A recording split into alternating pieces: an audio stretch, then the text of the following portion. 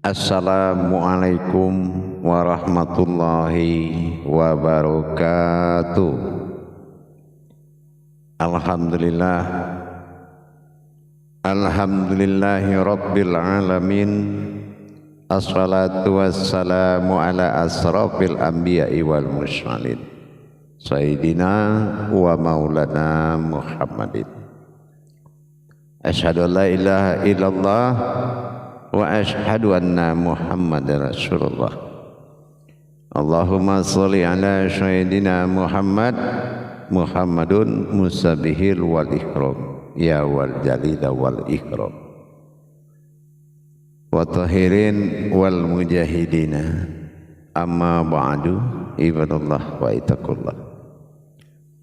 Bersyukur kita kehadirat Allah dengan mengucapkan alhamdulillahi rabbil alamin atas segala limpahan karunia rahmah dan hidayahnya, serta dengan izin dan ridhonya juga kita dapat menjalankan amanahnya, beramal dan beribadah zahir batin dunia dan akhirat.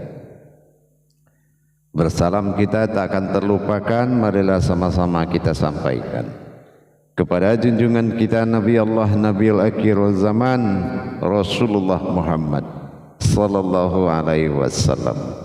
Atasnya kalimahnya kita kalamkan dengan membacakan Allahumma sholli ala sayyidina Muhammad wa ala alihi sayyidina Muhammad. Alhamdulillah bertemu lagi dengan saya Guru Mursyid Syekh Nur Muhammad Buya Irwan Maulana Al-Khalidi, Pasaman, Sumatera Barat. Tentunya dalam rangka meningkatkan iman dan takwa kita dari Majelis Zikir Ma'rifatullah dalam naungan Yayasan Islam Hidayatul Mubarakah Indonesia, terutama dalam syiar YouTube Buya Pasaman Timur yang selalu berbagi wawasan dan ilmu pengetahuan demi meningkatkan iman dan takwa kita kepada Allah Subhanahu wa Ta'ala. Jamaah kaum muslimin dan muslimat dimanapun berada, rahimakumullah. Berbicara tentang wahyu kepada Allah. Wahyu dari Allah adalah amanah. Amanah itu ada 3. Ada yang amanah diturunkan kepada kalam, ada amanah yang diturunkan kepada kauli Al-Quran, ada amanah yang diturunkan kepada kauni diri batin. Yang menjadi bahasan kita pada pertemuan ini adalah amanah wahyu yang turun ke dalam kalam. Ini sangat memprihatinkan kalau kita tidak menyadari bahwasannya bidalihi marifatul haq fil ilmi. Dalilku adalah puncak kebenaran sebuah ilmu. Itu dalil. Mana yang dikatakan dalil adalah ucapan, bukan hadis, bukan sabda, bukan firman. Tapi dalil itu adalah suatu syarat mutlak kewenangan Allah dalam menyampaikan, bernama kalam. Dalil tidak akan terputus setelah Al-Quran menutup dengan 6.666. Kalam tetap akan berjalan laksana segumpal air laut itu. Setitiknya adalah Alkitab, sisanya kalam yang tidak terputus. Itulah wahyu. Tapi bagaimana yang dikatakan kalam yang berkodrat wahyu tadi? Tentu kita harus memenuhi syarat-syarat wahyu tersebut. Pertama, kita harus melihat kodratnya dulu yang berbicara itu. Apakah sudah syarat berwahyu? Apa yang dikatakan syarat berwahyu? seseorang itu sudah bisa menjaga kesucian ayat di saat keluar dari kolbinya ke suaranya, tidak menyentuh jasadnya. Ini dia harus punya kemampuan itu. Maka dikatakan itu ayat suci. Tapi kalau dia menghamburkan, memuntahkan, derajat ayat itu juga muntah. Tetapi kalau dia tidak memahami dari mana keluarnya kauni menjadi mutakallimun, mutakallimun menjadi kalam, tidak bersentuhan dengan apapun, berarti dia sudah berkodrat wahyu. Itu yang pertama. Yang kedua, kodrat wahyu adalah wujud wahyu itu sendiri, yaitu yang menyampaikan. Apa yang dikatakan kodrat wahyu adalah tabaraka Allah. Apa yang dikatakan tabaraka Allah? Menyampaikan amanah. Tuhan menyampaikan amanah. Tabaraka Allah. Tuhan adalah Allah dalam sebutan asma. Sudah kata Allah itu yang berbicara. Tabaraka Allah menyampaikan, Allah menyampaikan amanah.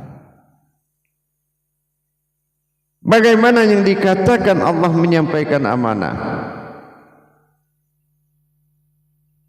Bermimbarnya Muhammad pada Adam, berkalam Allah pada nyawa. Ini yang dikatakan wujudullah, sebuah wujud bagi Allah. Apakah kita sudah bisa seperti itu? Apakah kita sudah menjadi wujudnya Allah dan bisa memperjalankan kodrat dan martabat tadi, tidak tersentuh dan bersentuhan suara wahyu itu kepada kodrat wahyu? Ini maka dikatakan Al-Quranil Karim tadi. Al-Quran, an itu diri. Yang membaca diri, yang menyampaikan adalah diri. An'am.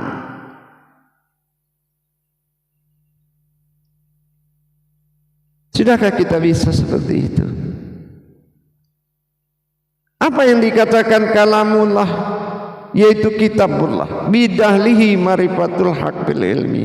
Dalilkulah dasarnya sebuah kebenaran. Tapi kalau aku tidak berdalil, itu tidak ada kebenarannya di situ. Hanya sebuah pengalaman yang dibagi-bagikan. Mana kodratnya? Pengalaman itu kodratnya mana? Inilah yang paling utama. Mendirikan kodrat dengan iradatnya, barulah nyata ilmu. Tidak ada kita di situ.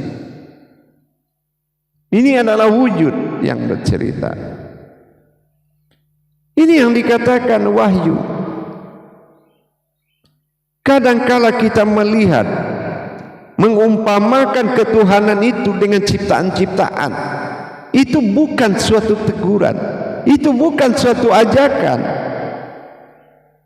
untuk mencari popularitas nama, populer kita umpamakan, kita bawa kaji itu dalam ketuhanan, dalam perumpamaan yang tidak pantas bercerita tentang Tuhan. Ini hati-hati, sudah menggali lubang untuk masuk sendiri. Kita lihat percontohan sekarang. Semakin banyaknya pendakwah, semakin banyaknya musibah dan permasalahan. Kenapa? Syarat hakikatnya tidak terpenuhi. Karena bagaimana menjadi popularitas, terkenal, tetapi dia tidak memperkenalkan Allah melalui kesempatan yang diberikan. Justru dia malah mempersekenakan kitab, sementara Tuhan sendiri tidak menjadi wujud yang nyata. Kalau memang kita menyadari yang di depan itu sudul kasrah fil wadah, dia kita sama dalam wujud penampakan batinnya Allah. Kenapa harus ada perbedaan? Didahulukan selangkah, ditinggikan seranting untuk dimuliakan. bukan kemuliaan untuk merendahkan dan penghinaan. Ini yang jauh dari tujuan Tuhan. Bagaimana bisa menjadi orang berpengalaman saja kita sudah menjatuhkan harkat dan martabat? Bagaimana bisa menjadi wujud-wujud dan mawujudnya? Ingat, awal diri adalah Tuhan ilah badal tunggal wahid mula jadinya. Dunia adalah ujian iman. Kita diuji. Yang diuji itu apa? Ketuhanan diri kita kepadanya.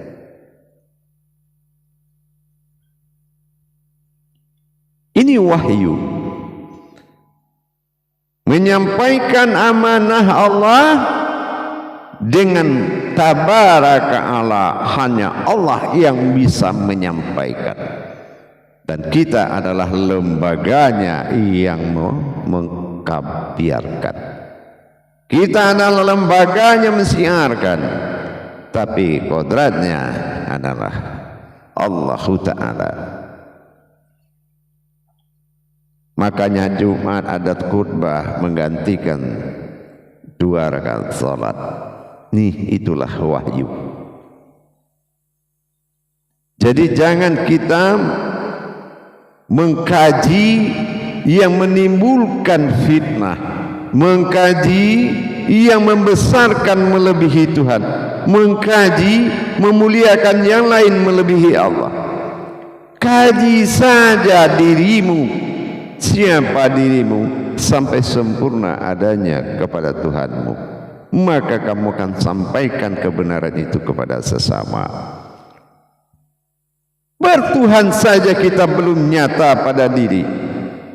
Pantangan-pantangan, peraturan-peraturan fikih bermunculan. Kalau tingkat Rasul bisa tanpa baca Al-Quran dia terima 30 juz. Kalau tingkat Rasul. Kalau tingkat Bani itu tidak bisa melaksanakan seperti itu.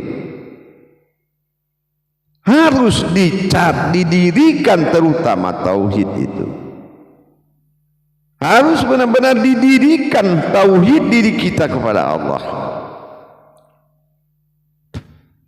Jangan berlomba-lomba banyak kitab, berlomba-lomba banyak imam, sementara kamu adalah kitabnya Allah, sementara dirimu adalah imam kepada Allah.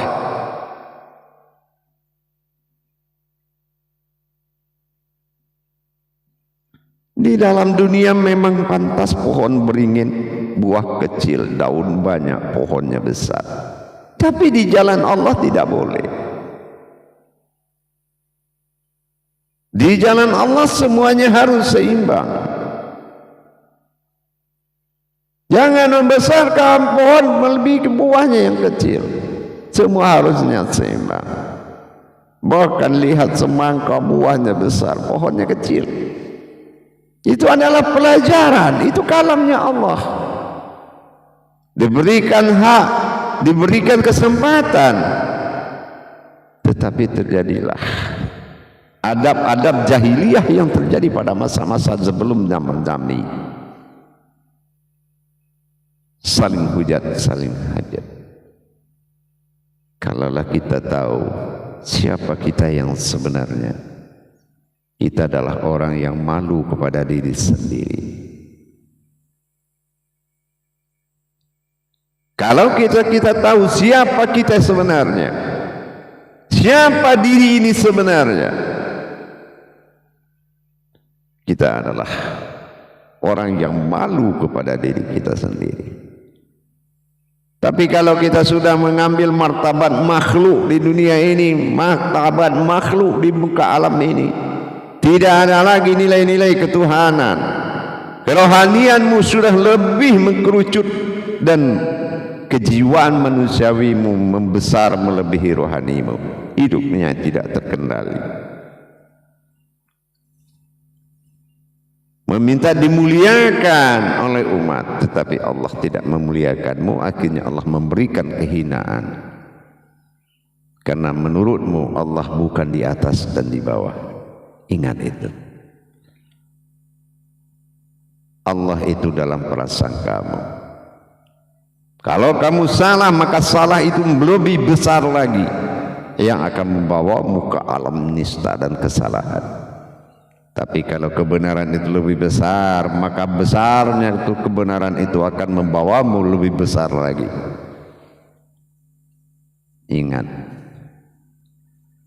jangan mengajukan persyaratan untuk bertuhan kepada Allah. Ikhlaskan. Kenapa?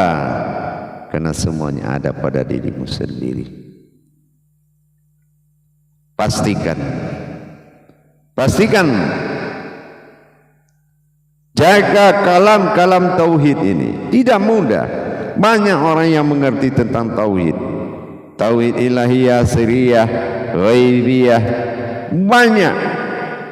Tapi dikala menyampaikan, kelihatan suaranya itu tidak datang dari azalinya Allah, tapi datang dari pengalaman yang banyak. Kedengaran dan terasa suaranya itu tidak berbuatan lahutnya Allah, tapi terlihat dari sering dan ketekunan membaca. Akhirnya tidak ada sambutan oleh rohani lain, maka tidak terjadi ijab qabul, berkah dan hidayah. Dikarenakan potensinya hanya pengalaman, maka pencapaian wahyu mengatakan, menceritakan tentang kedaulatan Allah bernama Tuhan harus sesuai kayat-kayatnya. Jangan memberikan percontohan-percontohan ketuhanan dengan yang tidak pantas, dan mengalamkan dan mengkalam-kalamkan ketuhanan yang tidak pantas. Ingat itu. Tidak susah bagi Allah untuk membolak-balikkan hati. Lebih baik kamu dalam kesendirian menuju kebenaran daripada dalam keramaian menuju kesulitan dan kesusahan serta kesesatan. Lihat zahirmu dengan kesadaran yang tinggi. Adakah salah satu keturunanmu, nama keturunanmu pada zahir dan batin? Tidak ada. La maujudun ilallah. Boleh kamu mencari nama dalam melaksanakan perbuatan-perbuatan, tetapi bukan artinya kamu menjatuhkan nilai dan martabat Tuhan Allah Subhanahu wa ta'ala. Membuat konten-konten silakan, tapi jangan menyalahgunakan wewenang yang diberikan oleh Allah. Karena gerakmu adalah hayat adalah ruh adalah hayatnya Allah. Ingat, tidak jauh, Dia sendiri yang mendengarkan apa yang kamu kalamkan. Ingat, wahyu adalah ucapan. Barakallah ya Karim, ya Rahman, ya Rahim. Akhirul kalam, wabillahi taufiq wal hidayah. Assalamualaikum warahmatullahi wabarakatuh.